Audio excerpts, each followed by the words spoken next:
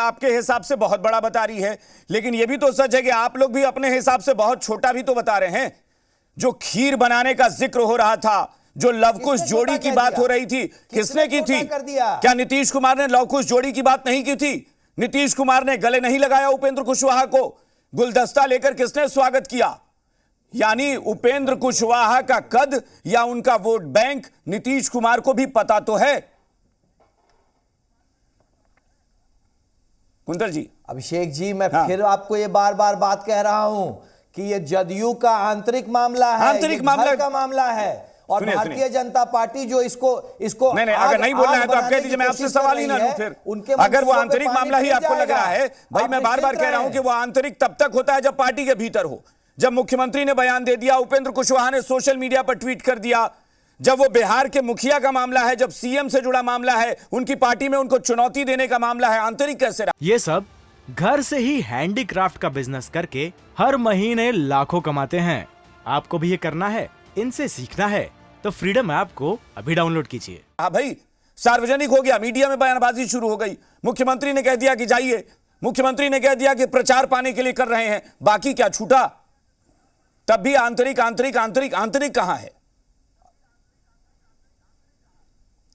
अभिषेक जी, हाँ। अभिषेक जी, ये वही मुख्यमंत्री हैं जिन्होंने इन्हें इतना सम्मान दिया है।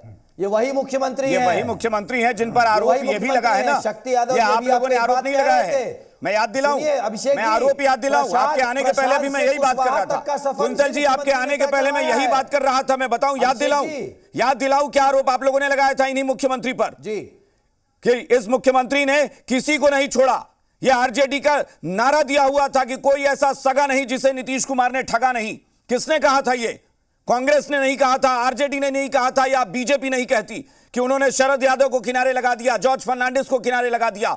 तो सवाल उठेंगे कि जब इन्होंने किनारे लगा दिया उतने बड़े बड़े नेताओं को, तो आज इनको किनारा लगाने की ताकत क्या उपेंद्र कुशवाहा में आ गई है? ये मैं नहीं जानता कि आई है कि नहीं। यह सवाल है कि क्या उपेंद्र कुशवाहा का कद इतना बड़ा है कि वो नीतीश कुमार को किनारे लगा दें? यह सवाल है कुंतल जी। अगर अभिषेक जी आपका यह सवाल है तो इसका बिल्कुल सीधा सीधा जवाब देता हूं। नीतीश कुमार आज के दिन में बिहार के सर्वमान्य नेता हैं और किसी भी राजनीतिक व्यक्ति का व्यक्तित्व नीतीश कुमार के आसपास भी नहीं है। यह भी मैं आपको बता देता हूं, खास करके उनकी अपनी पार्टी में।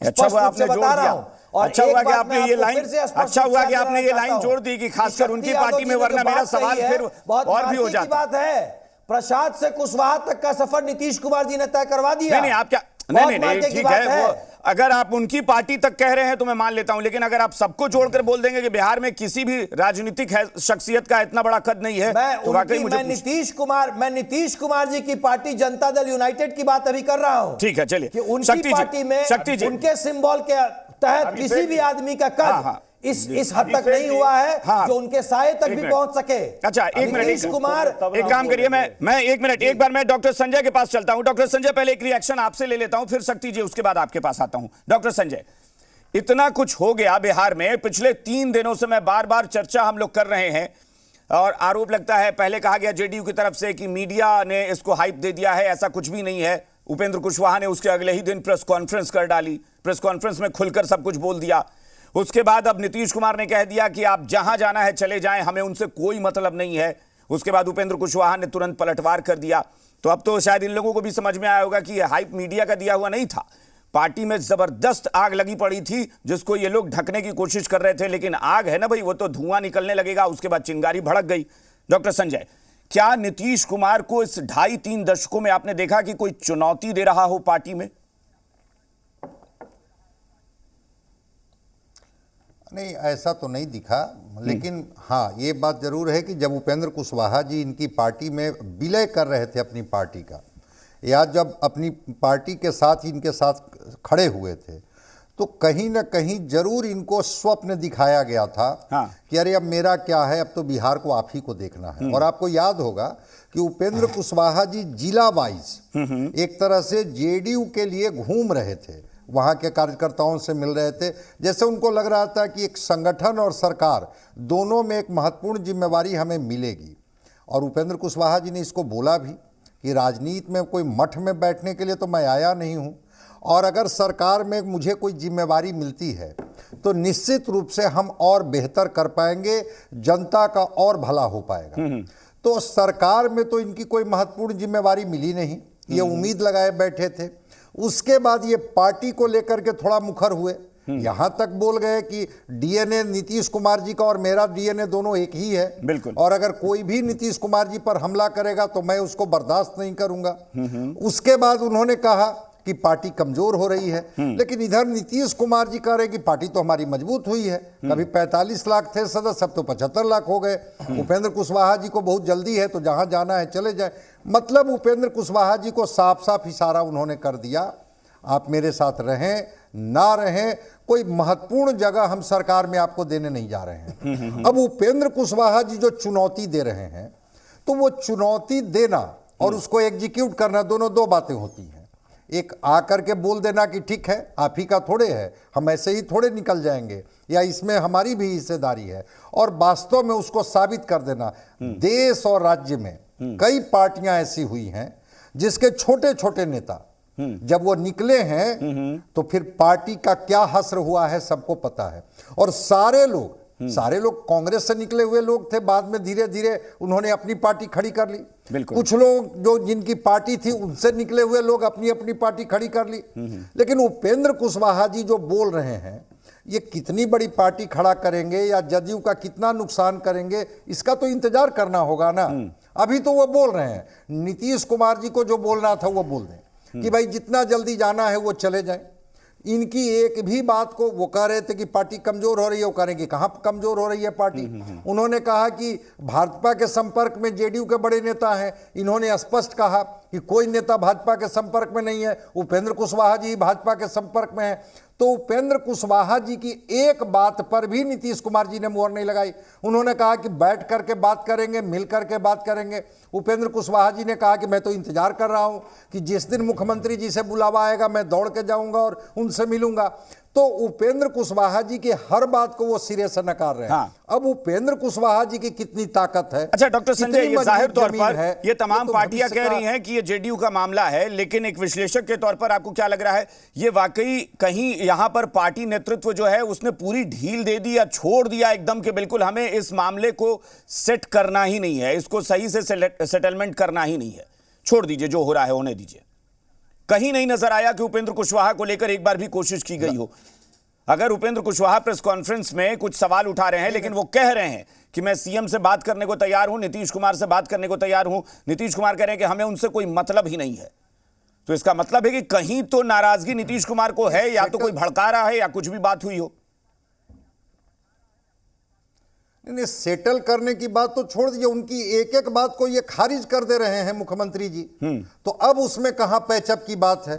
जहां से भी उनको भड़काया जा रहा हो, चाहे इनको भड़काया जा रहा हो, चाहे उनको भड़काया जा रहा हो, इसमें सेटल जैसी बात तो दिख ही नहीं रही है। उपेंद्र कुशवाहा जी बार बार कह रहे हैं कि हम पार्टी में रह करके बात करना चाहते हैं, पार्टी के फोरम पर बात करना चाहते हैं, अगर कोई मेरी जानकारी में कोई बातें हुई है उसको मैं समझना चाहता हूं, उसको मैं जानना चाहता हूं। मुख्यमंत्री जी कह रहे हैं कि उनको जितना जल्दी जाना है वो चले जाएं, वो किसके संपर्क में है सबको पता है। तो जहां पर नकार दिया जा रहा है सिरे से, इसका मतलब कि जेडीयू अब एक तरह से उनसे पल्ला झाड़ रही है। बिल्कुल। बाकी पार्टी के लोग क्या कहते हैं, ठीक बात है कि जेडीयू का मामला है तो जेडीयू का ही कहेंगे, इसमें महागठबंधन के लोग क्या बोलेंगे।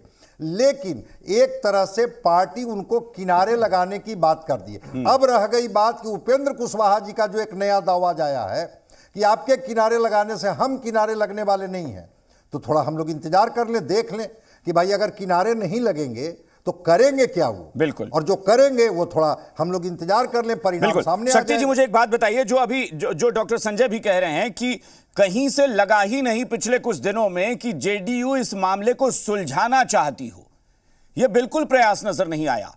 तो यह भी पार्टी नेतृत्व जो है उसको सोचना पड़ेगा ना। अगर आप उपेंद्र कुशवाहा का कद छोटा भी मान ले रहे हैं आप लोग कि भाई उपेंद्र कुशवाहा का कद छोटा है, नीतीश कुमार उनसे बड़े हैं और पार्टी में भी अध्यक्ष उनसे बड़े हैं, तो भाई नेतृत्व पर पहले जिम्मेदारी आती है ना कि भाई आप अपने नेताओं को देखिए कि क्यों नाराजगी है या क्या बात है। तो ये ढिलाई क्यों? और ऐसा नहीं है कि आरजेडी या फिर कांग्रेस ने उपेंद्र कुशवाहा को महागठबंधन में आने के लिए कभी उनकी तारीफ ना की हो, सबने की थी। अभिषेक जी, मैं यूँ तो ये जदयू का आंतरिक मामला है, फिर भी आपने सवाल पूछा है तो उत्तर ना दूं तो भी एक हमें लगता है कि अपने कर्तव्यों से विमुख होना होगा।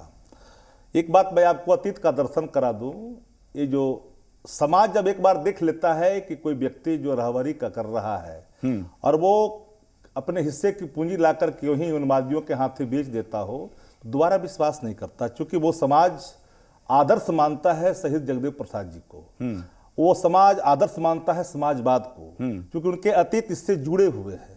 और इसलिए मैं एक बार कहूँ, चूंकि जदयू के अंदर ये आंतरिक मामला है, जदयू हर पहलू से हर चीजों को सब कुछ देख रही है। केंद्रीय नेतृत्व दिल्ली में देख रही है, बिहार नेतृत्व बिहार में देख रहा है, हर पहलुओं को बड़ी सूक्ष्मता के साथ इन चीजों का अवलोकन कर रही है। और दूसरी बात, पहले भी मैंने कहा कि एक बार कोई भी अगर सदस्य जो रहबरी करता हो और पूंजी लुटा देता है यूं ही अपनी महत्वाकांक्षा के अगर वैसे ये पैमाना है ना शक्ति जी, अगर ये पैमाना है ना, नहीं, अगर आपका ये पैमाना है ना, तो मैं अगर जोड़ दूं तो फिर जेडीयू ने अपनी पूंजी जाकर आपके मुताबिक जो बीजेपी के चरणों में या बीजेपी के साथ जाकर नहीं लुटाई है क्या जेडीयू ने? उपेंद्र कुशवाहा जेडीयू से कम ही रहे होंगे बीजेपी के साथ। मैं अब सुन लीजिए ना, अब ठीक है, नीतीश कुमार उनसे ज्यादा, उपेंद्र कुशवाहा उससे पहले महागठबंधन में लौट आए थे। अब जिन पर मेहरबान होकर निर्वाधता प्रदान करते, थोड़ा इधर मुख आते हैं। मेहरबान तो मैं एक्सपर्ट के अलावा किसी पे नहीं होता, क्योंकि एक्सपर्ट को पॉलिटिक्स नहीं करनी। अरे एक सेकंड प्लीज, अरे मैं तो कभी कहा नहीं आप पर, हम तो आपका सम्मान करते हैं जी। नहीं तो मेहरबान नहीं है, आप भी मेरे उतना ही प्रिय हैं। आदरणीय लाल कृष्ण आडवाणी जी, मुरली मनोहर जोशी जी कहाँ किनारे लग गए? कभी किसी ने सवाल पूछा? क्या कहा इमरजेंसी जैसा माहौल है? क्या इनकी जुआ पे आई? क्या राजधर्मों की पालन करने की बात आई? जुआ पे आई क्या? कोई बातें कही क्या? कैसे नहीं आई शक्ति जी? नहीं, कैसे नहीं आई? एक मिनट, नहीं शक्ति जी, कैसे नहीं आई? राजधर्म का पालन जिस शब्द आप बोल रहे हैं, नहीं शक्ति जी एक मिनट सुनिए ना, मीडिया पे इशारों में आप बोल रहे हैं, क्या ये चर्चाएं नहीं हुई? आपको कैसे पता चला कि अटल बिहारी वाजपेयी जी ने कहा कि राजधर्म का पालन करना चाहिए? भाई ये मीडिया में ही तो खबर चली ना, कि उन्होंने मीडिया में प्रेस के सामने कहा कि राजधर्म का पालन होना चाहिए। ये सवाल अटल आडवाणी जी, जोशी जी किनारे किए गए, तो क्या ये मीडिया में चर्चा नहीं हुई? अच्छा, ऐसा बताइए अभिषेक जी, ठीक है हम लोग थोड़ा अल्प बुद्धि के हैं और मंद बुद्धि के हैं, लेकिन इतने भी अज्ञान नहीं है कि हम लोग कैंपेन नहीं समझते हैं, एजेंडा नहीं समझते और खबर नहीं समझते हैं। तीनों चीजों को समझते हैं और अभी बाखूबी समझते हैं। हम किसी पर आरोप नहीं लगा सकते हैं, सब अपने कर्तव्यों से बने हैं और कर्तव्यों का निर्वहन अच्छी पहल है। लेकिन एक बात हम तो सवाल करेंगे ना कि इन सवालों पर आखिर जो बोला गया कि घोषित इमरजेंसी है, सबके सब चुप रह गए। ठीक है, खबर तो निकल ही जाती है, जब बात निकली है तो दूर तक चली जाती है, वो छिपती कहां है। लेकिन जिन सवालों पर आज डिबेट आप करा रहे हैं, उन सवालों पर बड़ी ही विनम्रता के साथ कहता हूं कि यूं तो है जदयू का आंतरिक मामला, लेकिन आपने सवाल पूछा तो अतीत को एक बार खंगाल लीजिए और आप देख लीजिए कि इनकी सानिध्यता जननायक कर्पूरी ठाकुर जी से लेकर के शहीद जगदेव प्रसाद जी की सफर तक रही है। शक्ति जी, आप जिन चीजों का जिक्र कर रहे हैं, मैं फिर आ रहा हूं भाई। देखिए, मैं ये सब घर से ही हैंडीक्राफ्ट का बिजनेस करके हर महीने लाखों कमाते हैं। आपको भी ये करना है, इनसे सीखना है तो फ्रीडम ऐप को अभी डाउनलोड कीजिए।